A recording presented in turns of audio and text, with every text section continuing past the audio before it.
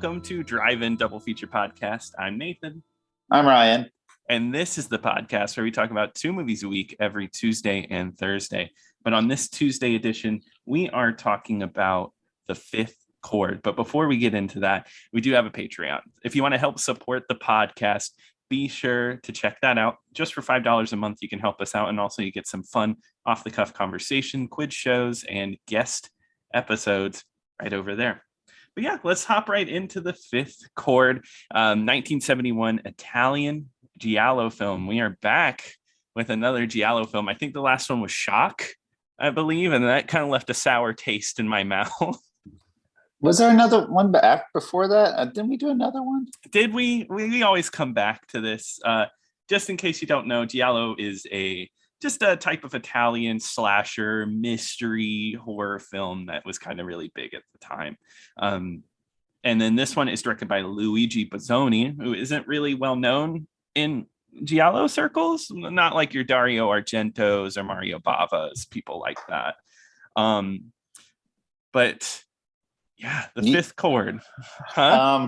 Well, we were going to do this for our horror series, but this is, it's definitely Giallo, but it's Giallo. But horror elements are very light, and it's more of a murder mystery. Exactly. From reading into it after I watched it, so I picked it blind. I was like, "Oh, it's a Giallo film. It'll be fine. It'll be sleazy. They're all sleazy, kind of, horror." No, this one's very light. It is very light going as far as like your horror goes, murders, stuff like that. It's pretty tame compared to other Giallos, but I agree. Go ahead. No, I was gonna say it's probably the black sheep of this marathon so far. I guess that's what happens when you blind pick something. But I will say The Fifth Chord, I loved this movie. I absolutely adored this movie. I was like, because when I was sitting there, because I was kind of like waiting for like the horror to kick in, but you kind of gave me a little precursor warning beforehand. You texted me because you're like, hey, it's not really that much of a horror, but this movie's really good. Okay, I'm glad you agreed, because like I don't know, it's just it's great. From the opening, I was just taken by it because it opens with Franco Nero as the star of our movie, who's great in this. At a barn, he's drunk, and you kind of see the cast of characters through shots, just like a person there, here and there. Go ahead. Yeah, it's like a party that they're all, but everybody knows each other at this party, so it's like they're all connected and everything like that. And the song that they choose in there, which is also on the DVD menu, is like I kept listening to it because it was so good. But me too. I can't get it out of my head. And then I was like, man, but even like the score throughout the whole movie is really good. And then I'm like, who did this score? And then I was like, Ennio Morricone, who does pretty much like all the best Italian movies and all the best spaghetti Western movies. So I was like, okay, that checks out. Yeah, exactly. Yeah, the guy who did the iconic Good, Bad, and the Ugly score. And this one, the theme song doesn't really sound like his stuff, but I think as you get later on, his the guitar-based stuff really sounds up his alley. But this theme song is amazing, and just the look of it. So I want to say that's the major thing I took out of this movie was the look of it. This movie cinematography is beautiful, beautiful. No, so it's so weird because there's so many well-known Giallo movies that we've heard about. I mean, your Dario Argentos. It's like those movies are really good, and everyone knows those are Giallo movies. This one, so I mean, you kind of have like these preconceived notions. So just to give everyone kind of peeking back, like Nathan had gifted me this Giallo box set for my birthday, and he also had it. So we could do it for the show. And, kind of like my first instinct when they put it on the box, when they put something like this on a box set, it's like, oh, this is not going to be as good. It's not good enough for its own standalone release, like your Deep Reds or Bird with a Crystal Plumage or anything like that. But then when you watch it, it's just like, I was like, well, why is this movie not well known? Like, this is so Right. good. I think it's really sad that this one's been forgotten. And it's weird because the criticisms that maybe I could pull out of it, and not really that I don't like it for these reasons, is maybe the mystery is a bit convoluted. The plot is it's a lot of red herrings, but most giallos are that way. I would say a lot of these movies I've walked away from, the plot doesn't completely make sense. It's like, okay, I'm making jumps. So I don't get why this one wouldn't stand out. You know what I mean? Yeah, and this one I would say is a little more.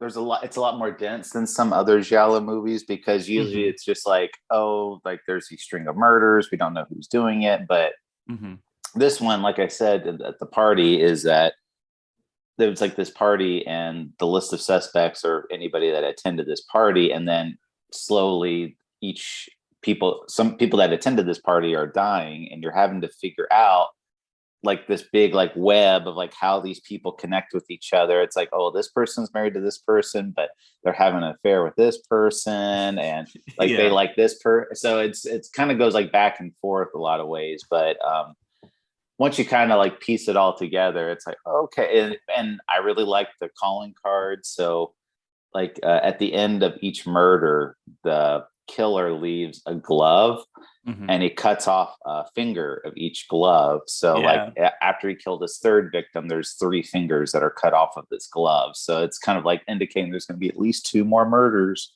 Yeah, I really like that too. And what I like about the mystery, or at least how it's dense and we bump around from thing to thing, and I think that comes from Franco Nero, who is actually not a detective. And, most of these things, a detective, he's a reporter. So he doesn't have the classical training of crime scene investigations, things like that. So I found it was almost like he also was having a hard time grasping everything, putting all the pieces together. And I thought that was interesting.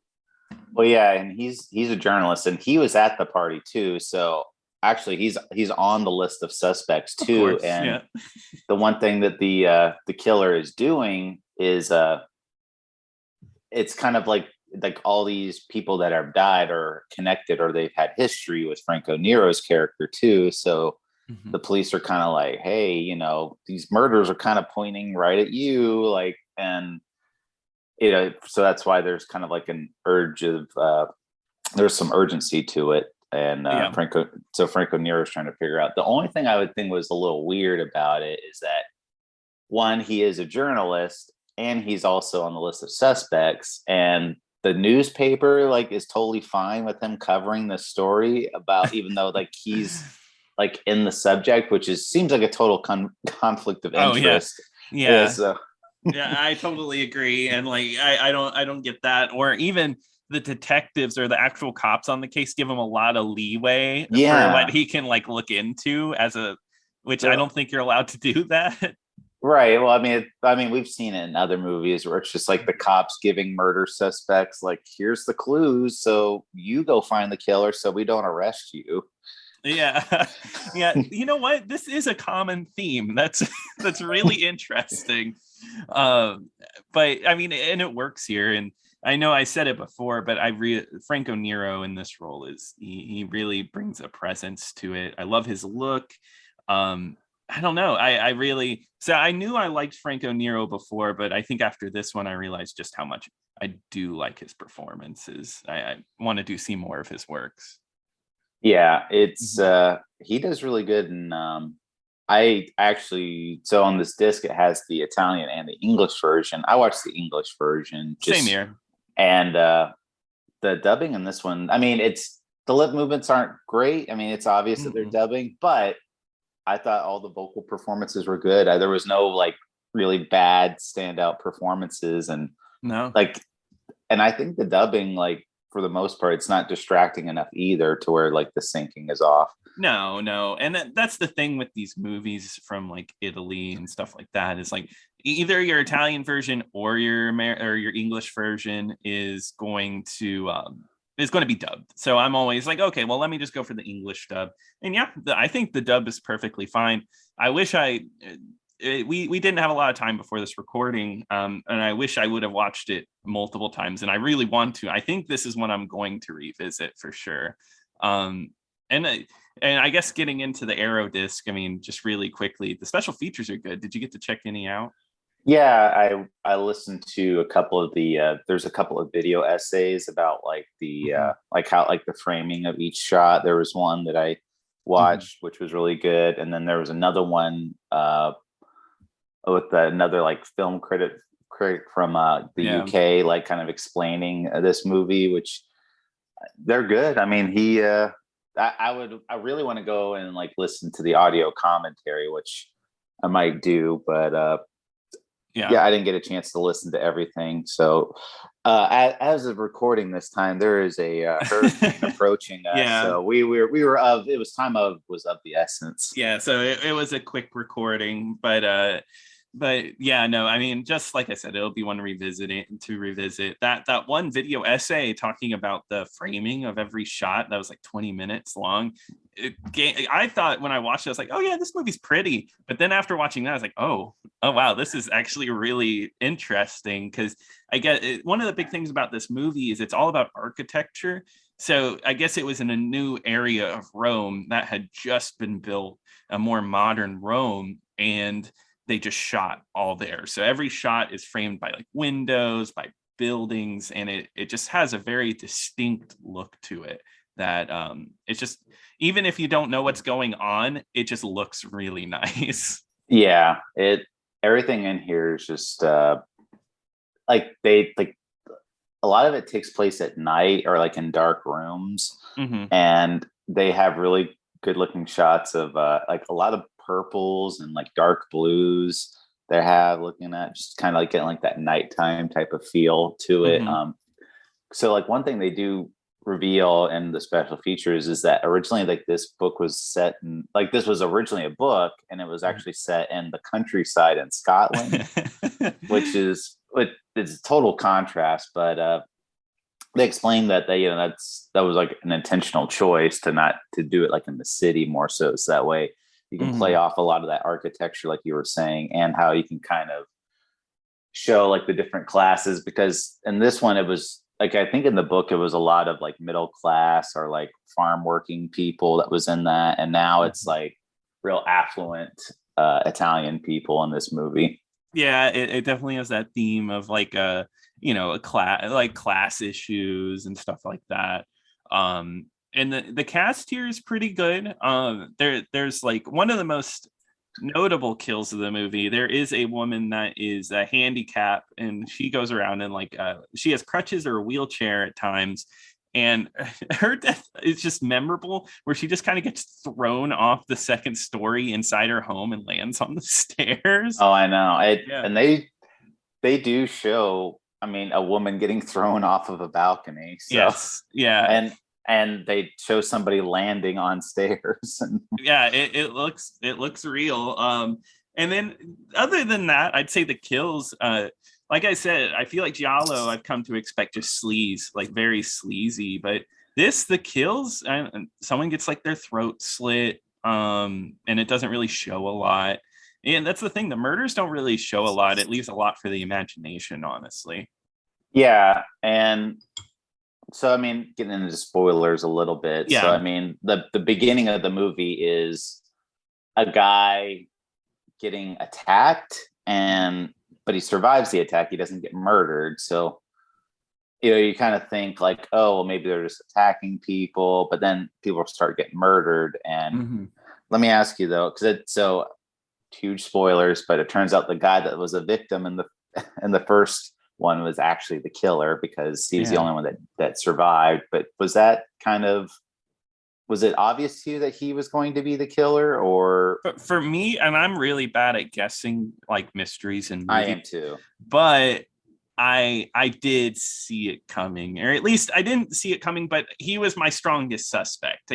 I just had a feeling, because from that first opening sequence, you see the couple, kiss each other, and he looks angry, and I'm just like, okay, if he's the obvious choice, of course.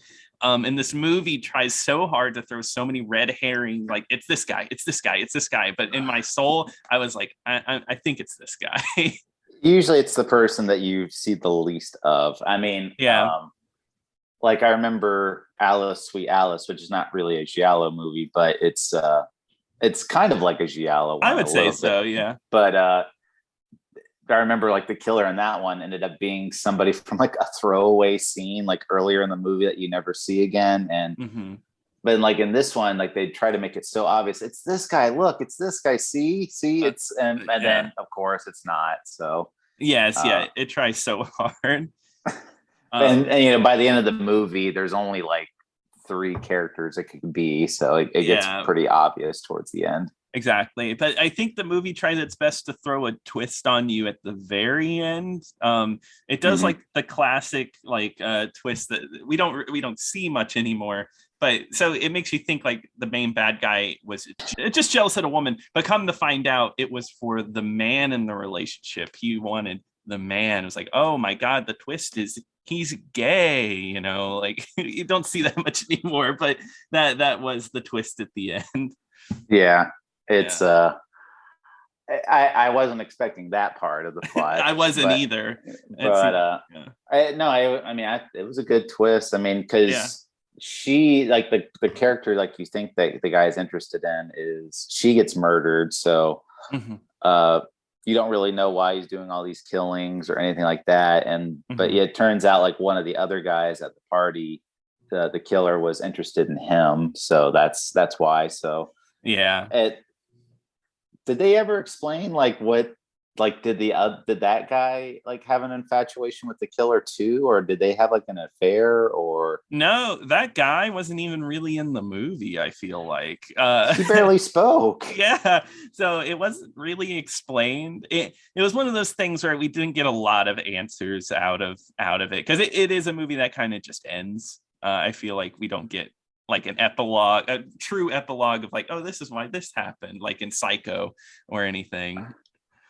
um, well, but you know, it was good. I guess it was a good enough motive. But I mean, it worked for me.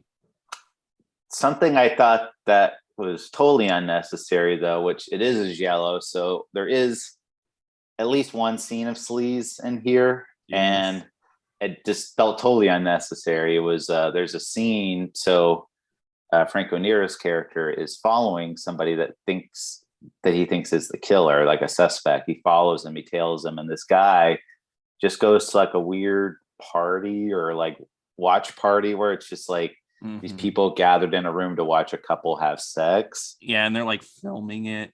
Yeah. And yeah, I agree. That scene I totally have like taken out of my mind, except for it's a little graphic. You don't see the woman really, but you see this guy's butt the whole time. And I'm like, it's just like really like why do I have to see this? I don't want to see it. There was no need for it. It added No, nothing to the plot, right? if they had just snipped that whole scene out entirely, it would have you wouldn't have lost anything. So Yeah. just instead, it's just like, okay, we have to.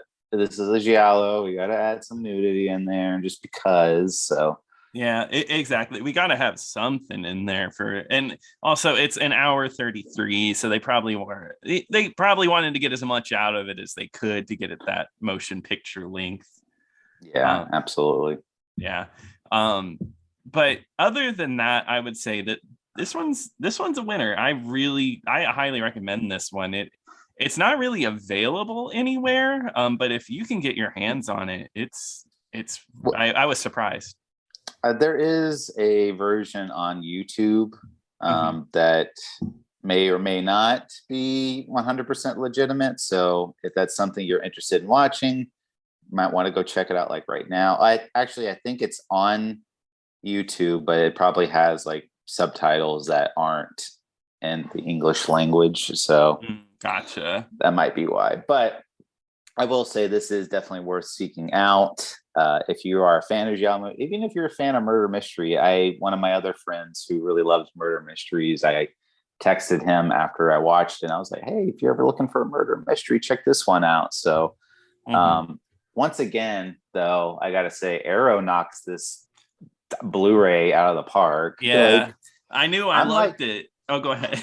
no, I'm just like, I'm starting to, I'm starting to get itchy to like start an Up and Arrow collection because Yeah.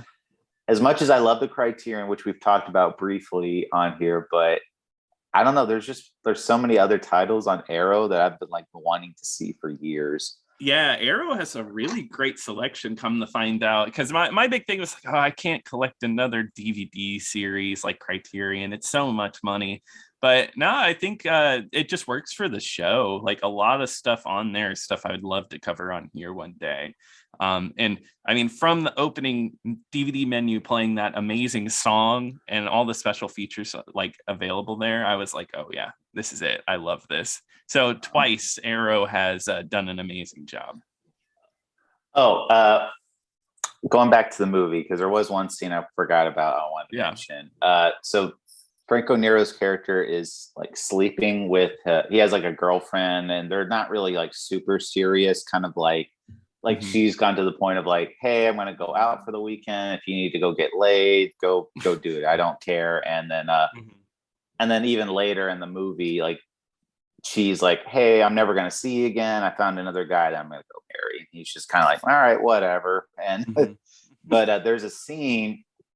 So it's really, you have to watch the movie, but another, like one of the suspects that Franco Nero is tailing goes and pay, like the couple we were talking about that was having sex, like the guy goes and pays that guy, and he sees the guy from the couple getting into the car with his girlfriend, and you're like, oh, what's this about? But anyway, he goes and confronts his girlfriend, like, hey, I saw you get in the car with this guy, and he slaps her, and then she's like, that's my brother. And that's right.